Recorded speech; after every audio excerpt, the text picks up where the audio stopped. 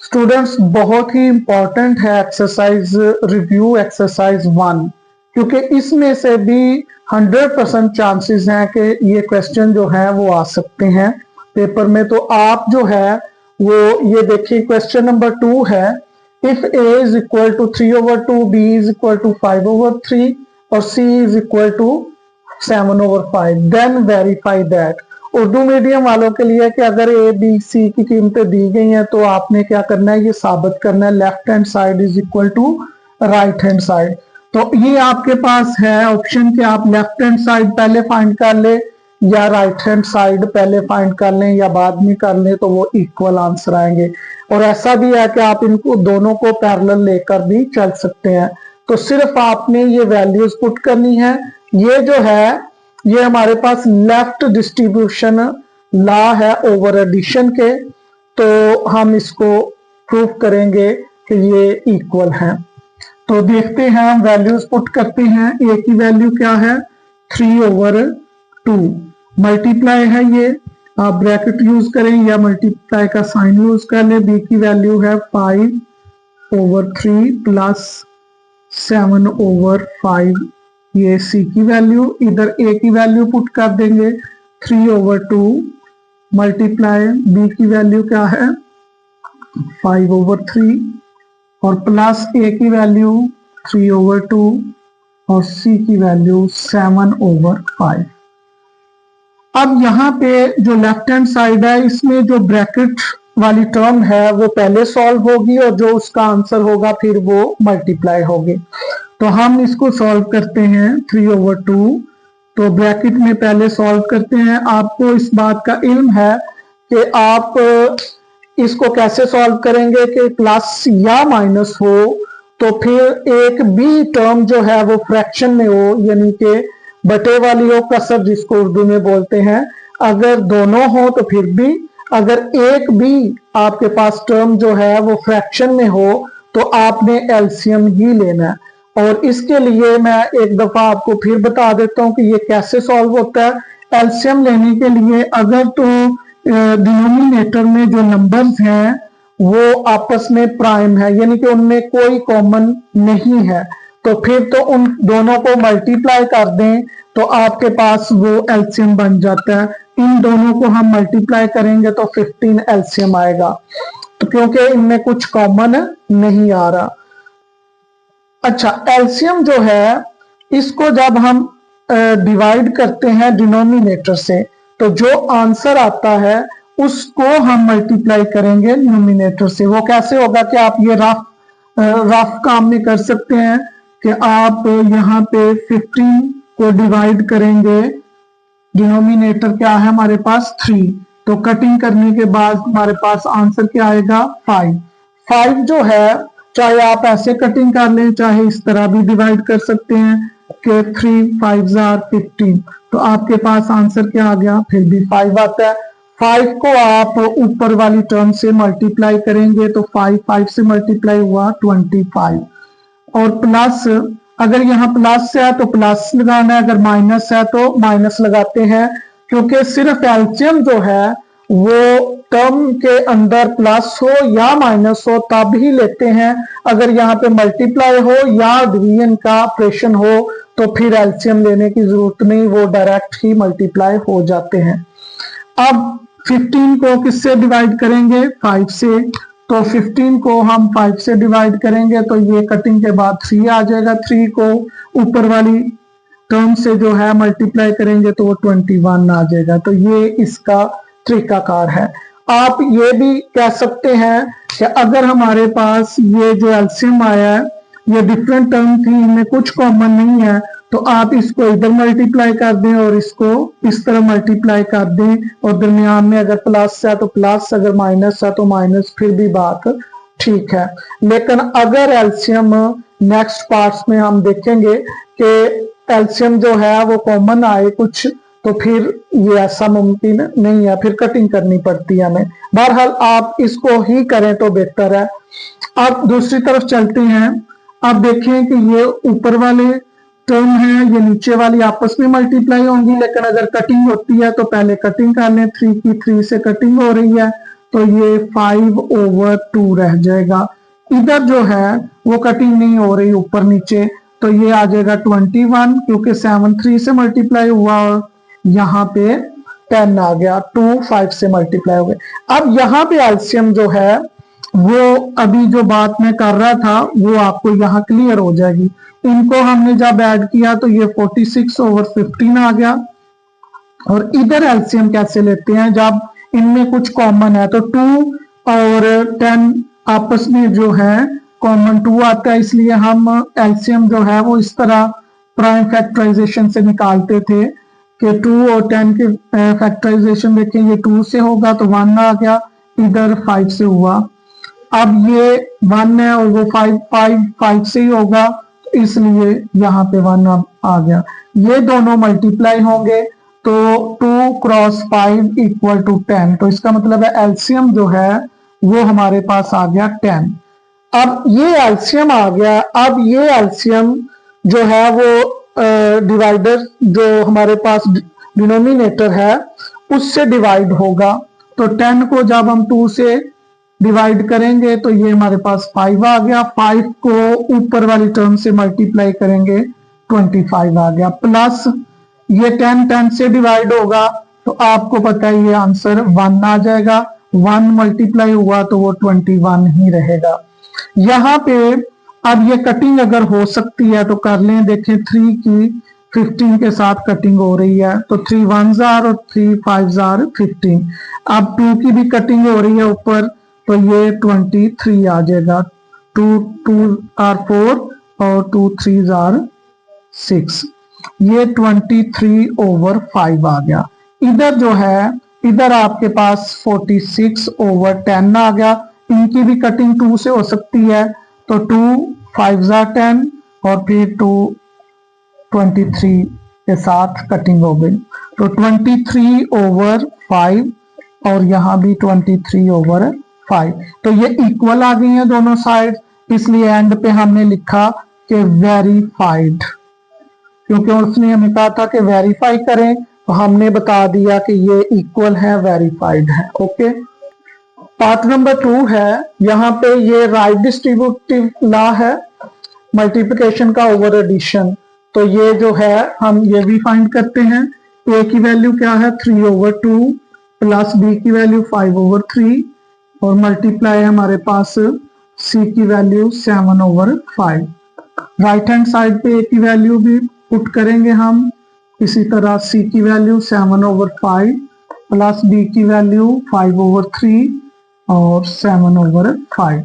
अब देखें ये ब्रैकेट वाला पहले हम करेंगे तो ये आपस में एलसीएम आएगा 2 और 3 का 6 अब डिवाइड हुआ किससे, डिनोमिनेटर से, तो कटिंग करके 6 को जब डिवाइड करेंगे तो 3 आ गया, 3 आंसर आया। 3 ऊपर वाली टर्म से मल्टीप्लाई होगा तो यहाँ पे 9 आ गया, फिर प्लस ये अब 6 किससे डिवाइड होगा, एलसीएम है, डिवाइड होगा डिनोमिनेटर से जो कि 3 है, तो 3 से कटिंग की तो 2 आंसर आ गया। 2 को हम ऊपर वाली टर्म से करेंगे मल्टीप्लाई, तो यहाँ पे ये हमारे पास 7/5 आ गया। ये आपस में ये कटिंग नहीं होती, तो यहाँ पे हमारे पास 21 ऊपर 7 3 मल्टीप्लाई हुए और नीचे 2 और 5 मल्टीप्लाई होके 10 आ गए। यहाँ पे कटिंग 5 की हो रही है, तो ये क्या हो गया, ये 1 1 से कटिंग हो गई, 5 5 से, तो यहाँ पे 7/3 आ गया। इधर हमारे पास ये 19/6 है और मल्टीप्लाई है 7/5। इधर हमारे पास फिर एलसीएम आएगा, तो आपको पता है 3 और 10 का एलसीएम जब लेंगे तो वैसे हम 3 का और 10 का एलसीएम लेंगे। 3 ने क्योंकि 3 से ही डिवाइड होना है तो ये 1 आ गया और 10 ऐसे ही रहेगा। फिर 2 से जाएगा ये, तो ये 5 आ गया, 5 ने 5 से होना है तो 1 आ गया। यहाँ पे ये आपस में सारे मल्टीप्लाई होंगे तो एलसीएम आएगा, तो 3 2s आर 6 और 6 5s आर 30। तो डायरेक्ट भी आपको मैंने पहले बताया कि अगर इनमें कुछ भी कॉमन ना हो, यानी कि ये आपस में मल्टीपल ना हो, तो आप डायरेक्ट भी मल्टीप्लाई करके तो ये एलसीएम ले सकते हैं। तो ये 30 आ गया एलसीएम। अब 30 एलसीएम किससे डिवाइड होगा, 10 से, जो डिनोमिनेटर होता है, तो ये कटिंग करके 3 आ गया, 3 ऊपर मल्टीप्लाई होगा और हमारे पास ये 63 आ गया, 321 से मल्टीप्लाई हुआ है। अब प्लस, अब 30 को डिवाइड करेंगे हम 3 के साथ और ये कटिंग करके हमारे पास 10 आंसर आ गया, 10 ऊपर मल्टीप्लाई होगा तो ये 7 से 70 आ गया।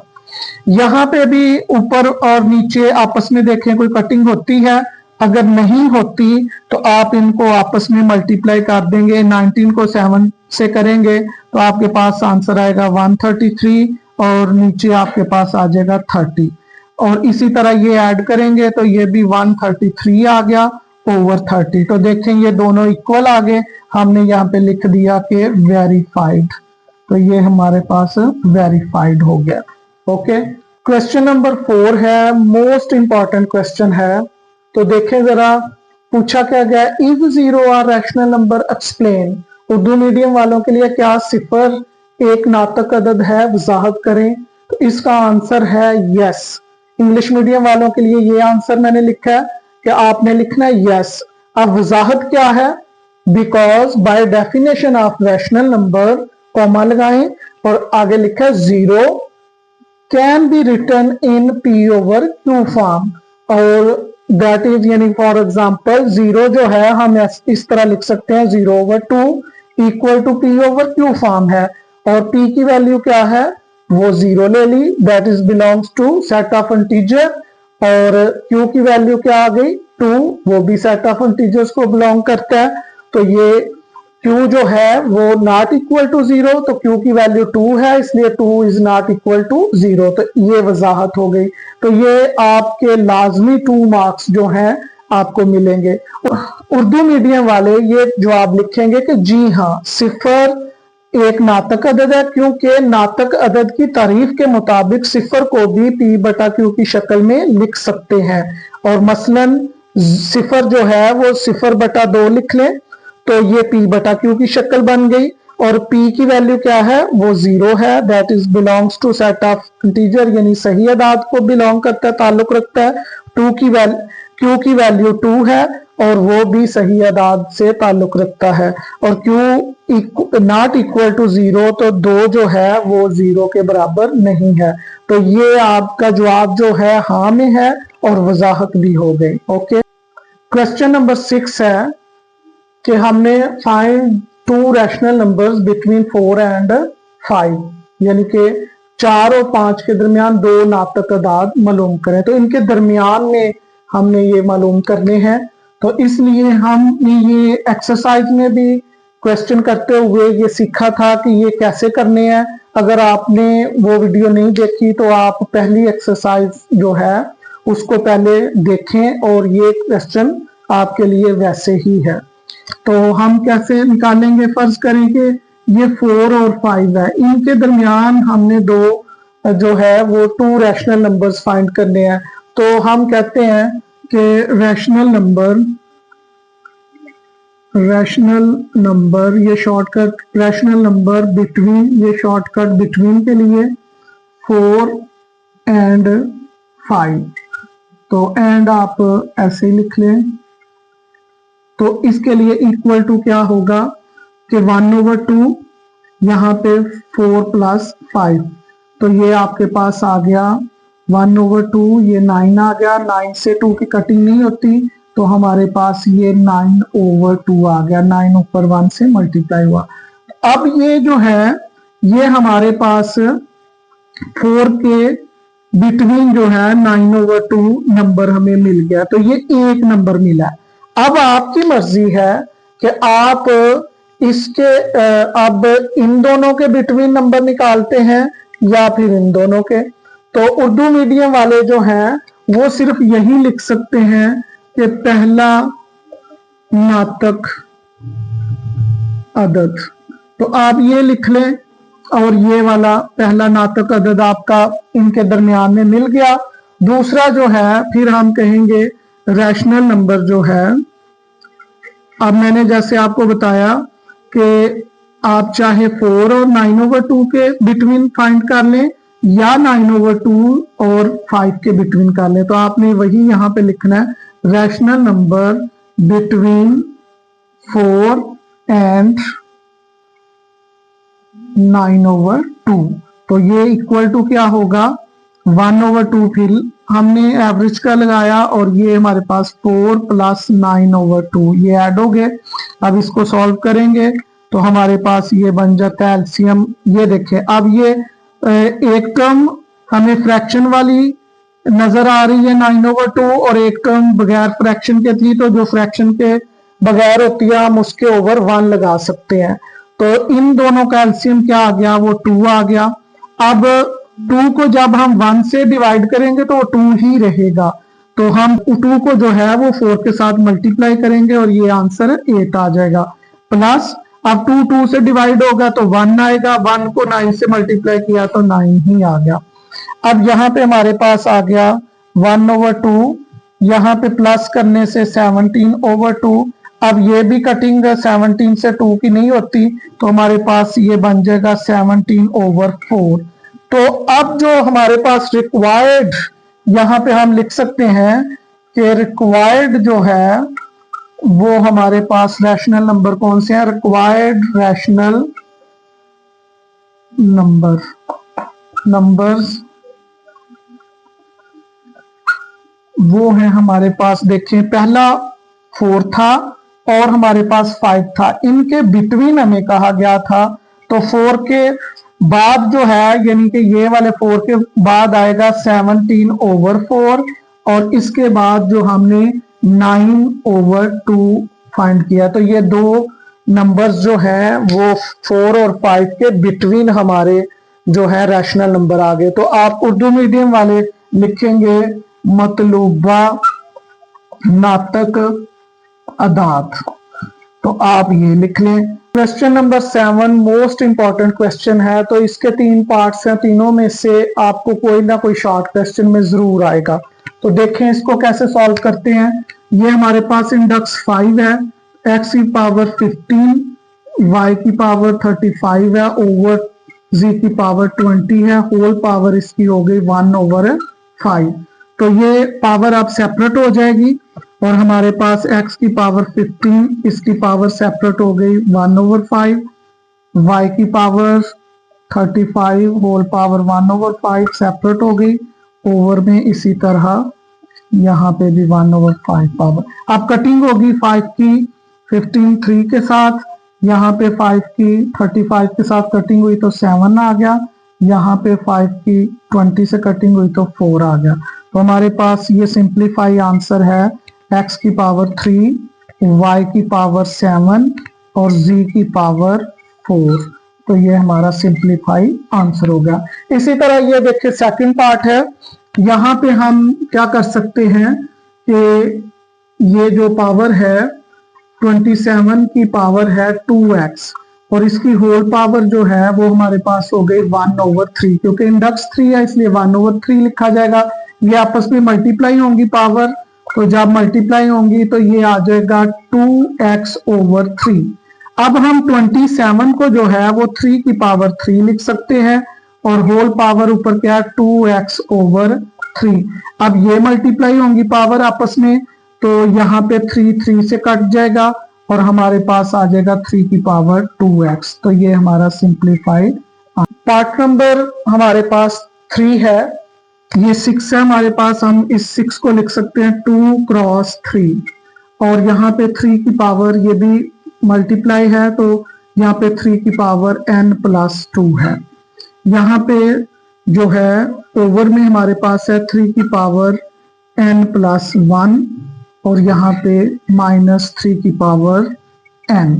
अब इस तरह गौर करें कि यहाँ पे 3 की पावर n है, यहाँ पे 3 की पावर n+1 है, तो इसका मतलब है कि 3 की पावर n और 3 की पावर n सेपरेट हो सकती है। यहाँ पे 3 की पावर n+2 है, ये भी सेपरेट हो सकती है।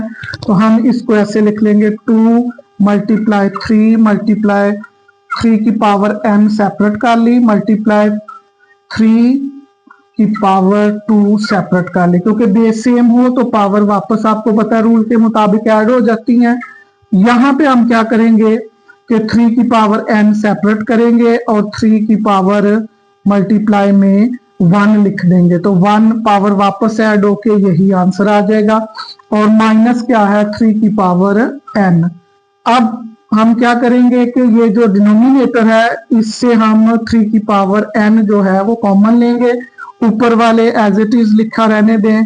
3 की पावर n मल्टीप्लाई 3 की पावर 2 है ओवर 3 की पावर n हमने कॉमन ली, तो यहाँ पे क्या रह गया 3 की पावर 1 लिखें या ना लिखें, यहाँ पे ये टर्म सारी कॉमन आ गया, इसकी जगह पे 1 रह गया। अब ये क्योंकि सारे मल्टीप्लाई में हैं इसलिए हम इसकी कटिंग जो है इस टर्म के साथ कर देंगे और हमारे पास क्या रह जाएगा 2 मल्टीप्लाई बाय 3 मल्टीप्लाई बाय 3 की पावर 2 है तो वो दैट इज इक्वल टू 9 लिख सकते हैं क्योंकि 3 का स्क्वायर, और नीचे 3 माइनस 1 जो है वो 2 आ गया, 2 से कैंसिल हो गया और अब हमारे पास क्या रह गया 3 multiply 9 that is equal to 27। तो ये हमारा सिंप्लीफाई आंसर हो गया।